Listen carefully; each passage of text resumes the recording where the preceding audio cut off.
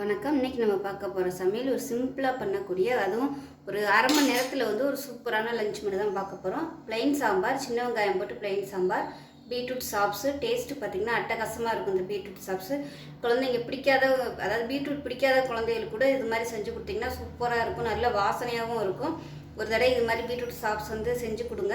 So சின்னவங்கலேருந்து பெரியவங்க வரைக்கும் எல்லோரும் விரும்பி சாப்பிடுவாங்க. ஸோ வாங்க இப்போ இந்த லஞ்ச் மெனு எப்படி செய்யலாங்கிறத பார்க்கலாம். இப்போ ஒரு குக்கர் எடுத்துக்கலாம். இதில் பார்த்தீங்கன்னா 100 கிராம் அளவுக்கு துவரம் பருப்பு நல்லா கழுவிட்டு எடுத்து வச்சுருக்கேன். இதை சேர்த்துக்கலாம். ஊற வச்சுட்டிங்கன்னா கொஞ்சம் உங்களுக்கு பருப்பு நல்லா மசிஞ்சு வந்துடும். இதில் பார்த்தீங்கன்னா மீடியம் சைஸாக 2 தக்காளி இந்த அளவுக்கு நறுக்கிக்குங்க. அதோட ஒரு 3 பச்சை மிளகாய் சேர்த்துக்கலாம். 1/4 டீஸ்பூன் மஞ்சள்தூள், 1/4 டீஸ்பூன் வெந்தயம், 1 டீஸ்பூன் ஜீரகம் சேர்த்துக்கலாம். இப்போ இதில் ஒரு 300 ml அளவுக்கு தண்ணி சேர்த்துக்கலாம். உப்பு கொஞ்சமாக சேர்த்துக்கலாம். இதை மூடி வச்சுட்டு நல்லா ஒரு 5 விசில் விட்டுட்டு பார்க்கலாம். சேர்த்துக்கலாம்.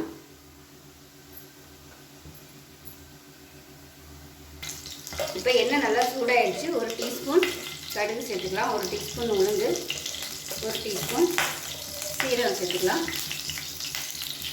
1 டீஸ்பூன் போல் வெந்தயம் சேர்த்துக்கலாம் வாசனைக்காக. சாம்பார்லையும் பருப்பு வேக வைக்கையிலையும் வெந்தயம் போட்டுக்கிறதுனால கம்மியாக சேர்த்துக்கோங்க. கருவேப்பிலை சேர்த்துக்கலாம், பெருங்காயம் சேர்த்துக்கலாம், 2 வரமிளகாயை கிள்ளிட்டு சேர்த்துக்கலாம்.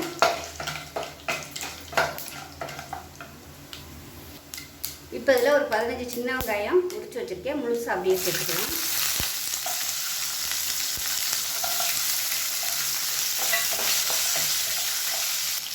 இப்போ பாருங்கள், வெங்காயம் நல்லா அப்படியே ப்ரௌன் கலரில் வதங்கிடுச்சாங்க. நம்ம பருப்பு தக்காளிலாம் வேக விட்டு வச்சுருந்ததை நல்லா மசிச்சு வச்சுருக்கேன். இதை சேர்த்துக்கலாம்.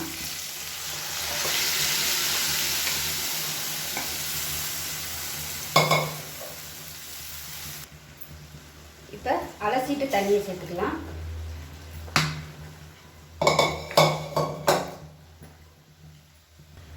இப்போ இதில் பார்த்தீங்கன்னா 1 டீஸ்பூன் சாம்பார் தூள் சேர்த்துக்கலாம். அதே மாதிரி 1 டீஸ்பூன் தனியாத்தூள் சேர்த்துக்கலாம், 1 டீஸ்பூன் மிளகாத்தூள் சேர்த்துக்கலாம். இதை எல்லாத்தையுமே நல்லா கலந்து விடலாம். இப்போ இதில் ஒரு 1/2 டம்ளர் அளவுக்கு தண்ணி சேர்க்குறேன். ஏன்னா கொதிக்க விடுவோம், அப்போ கொஞ்சம் வற்றும், அதனால் கொஞ்சம் தண்ணி சேர்த்துக்கலாம். நல்லா கலந்து விட்டுட்டு கொதிக்கட்டும். மஞ்சள்தூள் கொஞ்சம் பத்தாத மாதிரி இருக்குது, மஞ்சள்தூள் சேர்த்துக்கலாம்.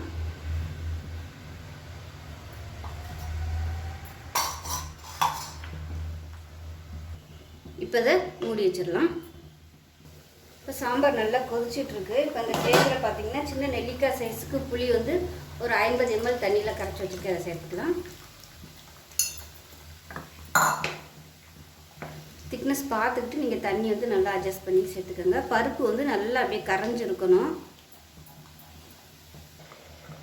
இப்போ பாருங்கள், புளி ஊற்றி நல்லா ஒரு நிமிஷம் நல்லா கொதிச்சிருச்சு. இப்போ தேங்காய் அரைச்சி வச்சுருக்கேன். வெறும் தேங்காய் மட்டும்தான், துருவின தேங்காய் ஒரு 3 டேபிள் ஸ்பூன் அளவுக்கு தேங்காய் சேர்த்து நல்லா நைஸாக அரைச்சி வச்சுருக்கேன். இப்போ இதையும் சேர்த்து கொதிக்க விட்டுக்கலாம்.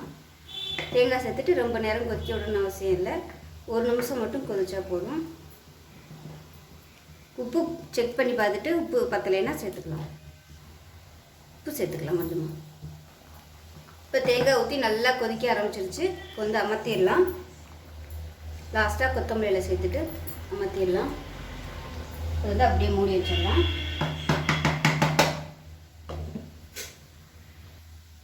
ஒரு 5 நிமிஷம் இந்த மாதிரி மூடி வச்சிங்கன்னா அந்த கொத்தமல்லி ஃப்ளேவர்லாம் நல்லா அந்த சாம்பாரில் இறங்கிடும். அவ்வளோதான். இது இட்லி, தோசை, பொங்கல், சாதம் எல்லாத்துக்குமே சூப்பராக இருக்கும். இந்த சாம்பார் தேங்காய் அரைச்சி ஊற்றிருக்கனால நல்லா டேஸ்ட்டாக இருக்கும். இது ரொம்ப கெட்டியாகவும் இல்லாமல் ரொம்ப தண்ணியாகவும் இல்லாமல் வச்சுட்டிங்கன்னா சூப்பராக இருக்கும். சாதத்தோடு வச்சு சாப்பிட்டு பீட்ரூட் கட் பண்ணி வச்சுருக்கேன். இந்த சைஸுக்கு கட் பண்ணிக்கோங்க. நீங்கள் இதோட பொடியாக கட் பண்ணுறதுனாலும் பண்ணிக்கலாம். நான் இந்த சைஸுக்கு கட் பண்ணியிருக்கேன். இல்லை இதோட பெருசாக வேணுனாலும் நீங்கள் கட் பண்ணிக்கலாம்.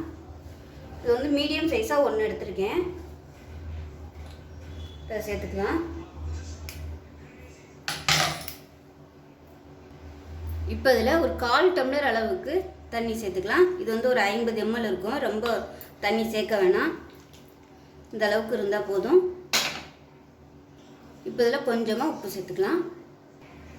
இப்போ தான் மூடி வச்சிடலாம். மூடி வச்சுட்டு 2 விசில் மட்டும் விட்டுட்டு ஸ்டீம் போனதுக்கப்புறம் பார்க்கலாம்.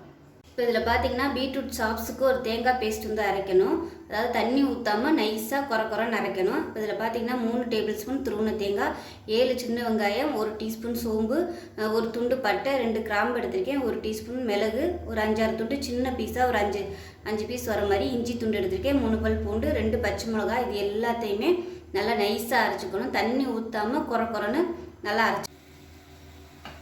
இப்போ பார்த்தீங்கன்னா பீட்ரூட் வந்து நல்லா 2 விசில் விட்டு வேக விட்டு எடுத்தாச்சு. பாருங்கள், அளவான தண்ணி வச்சதுனால தண்ணி வந்து ரொம்ப இல்லை. அந்த தண்ணியை நீங்கள் வந்து குடிக்கிறதுனாலும் குடிச்சிக்கலாம். லைட்டாக உப்பு போட்டு ஒரு மடக்கு தான் இருக்கும், வேஸ்ட் ஆகாமல் குடிக்கிறதுனாலும் குடிச்சிக்கலாம். இல்லை குழம்பு ரசம் அந்த மாதிரி வச்சிங்கன்னா கூட நீங்கள் அதோட கலந்து விட்டுக்கலாம். இப்போ நம்ம பீட்ரூட் வந்து சாப்ஸ் ரெடி பண்ண ஆரம்பிச்சிடலாம். ஒரு நல்ல கனமான கடாய் எடுத்துக்கலாம். அதில் தேவையான அளவுக்கு எண்ணெய் சேர்த்துக்கலாம். எண்ணெய் வந்து கொஞ்சம் கூட இருந்தால் தான் அது ரோஸ்ட் ஆகி வரையெல்லாம் நல்லாயிருக்கும். நான் வந்து தாளிக்க வேண்டிய ஐட்டம் எதுவுமே நான் சேர்க்கலை. எல்லாமே பட்டை, கிராம்பு, சோம்பு எல்லாமே நான் வந்து தேங்காயோடு அரைச்சிட்டேன். அதனால் தாளிக்கணுங்கிற அவசியம் கிடையாது. இப்போ வந்து எண்ணெய் சூடாகட்டும். இப்போ பாருங்கள், எண்ணெய் நல்லா சூடாகிடுச்சு. கருவேப்பிலை மட்டும் சேர்த்துக்கலாம். சேர்த்துட்டு நம்ம வந்து வேக விட்ட பீட்ரூட்டை சேர்த்துக்கலாம்.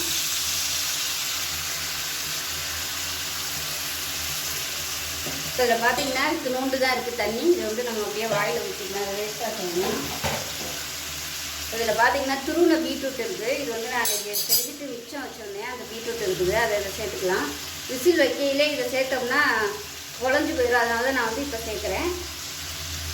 இதையும் சேர்த்துக்கலாம். சேர்த்துட்டு எண்ணெயில் வந்து நல்லா அப்படியே பரட்டி விட்டுக்கலாம்.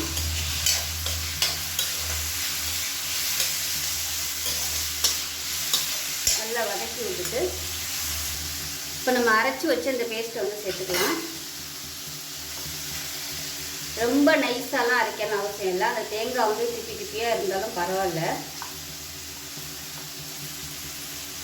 சேர்த்துட்டு நல்லா அப்படியே பரட்டி விட்டுக்கலாம்.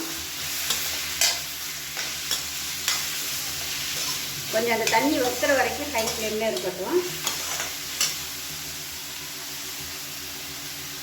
இதில் விருப்பப்பட்டால் நீங்கள் கசகசா கூட சேர்த்துக்கலாம். நல்லாயிருக்கும் வாசனையாக. இதுவே நல்லாயிருக்கும் வாசனையாக. பட்டை, கிராம்பு, இஞ்சி எல்லாமே நம்ம போட்டு அரைச்சிருக்கோம். நல்லா வாசனையாக இருக்கும். வந்து கொஞ்சம் ஹை ஃப்ளேமில் நல்லா அப்படியே சுருண்டு வரட்டும். அதுக்கப்புறமா மீடியம் ஃப்ளேமில் வச்சுட்டு நல்லா அப்படியே வறுவல் மாதிரி வர வரைக்கும் நம்ம பருத்தி எடுத்துக்கலாம். வேக வைக்கையில் உப்பு சேர்த்துட்டு அப்புறமா நம்ம உப்பு சேர்த்துக்கலாம். இந்த மாதிரி நல்லா அப்படியே பரப்பி விட்டுருங்க. ஹை ஃப்ளேம்லேயே இருக்கும். இப்போ பார்த்தீங்கன்னா தண்ணி ஓரளவுக்கு நல்லா வத்திடுச்சு பாருங்கள். இப்போ நல்லா அடுப்பை குறைச்சி வச்சுக்கலாம். குறைச்சி வச்சுட்டு நல்லா அப்படியே கிளறி விடணும். இப்போ பாருங்கள், தண்ணியெல்லாம் நல்லா வச்சு அடியில் வந்து லைட்டாக அந்த மசாலாலாம் உட்கார ஆரம்பிச்சிது. இப்போ வந்து நல்லா எல்லாத்தையும் எடுத்து விட்டு சுருண்டு வர அளவுக்கு கிளறி விடணும். குறைச்சி வச்சுட்டு நீங்கள் மற்ற வேலையை பார்க்குறதுனாலும் பார்த்துக்கலாம். அது கொஞ்சம் டைம் ஆகும். ஆனால் டேஸ்ட்டு சூப்பராக இருக்கும். வித்தியாசமாக இந்த மாதிரி பண்ணி கொடுக்கலாம். பிள்ளைங்க இந்த மசாலா ஒரு சில பிள்ளைகளுக்கு பார்த்திங்கன்னா இந்த மசாலா வாசனை இருந்தால் சாப்பிடுங்க. அந்த மாதிரி பிள்ளைகளுக்குலாம் அந்த மாதிரி செஞ்சு கொடுத்திங்கன்னா சூப்பராக இருக்கும். கறி வறுவல் மாதிரியே இருக்கும்.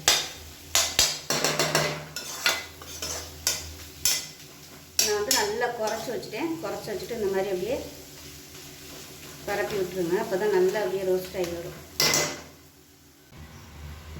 இப்போ பார்த்தீங்கன்னா பீட்ரூட் பாருங்கள் நல்லா அப்படியே சுருண்டு வந்துருச்சு பாருங்கள். நல்லா அப்படியே வத்தி பீட்ரூட்டுமே நல்லா அப்படியே வதங்கி வந்துருச்சு பாருங்கள். அவ்வளோதான், நல்ல வாசனையாக இருக்குது. இப்போ லாஸ்ட்டாக கொத்தமல்லியில் சேர்த்துக்கலாம். கொத்தமல்லியில் சேர்த்துட்டு பரட்டி விட்டுட்டு அமர்த்திடலாம்.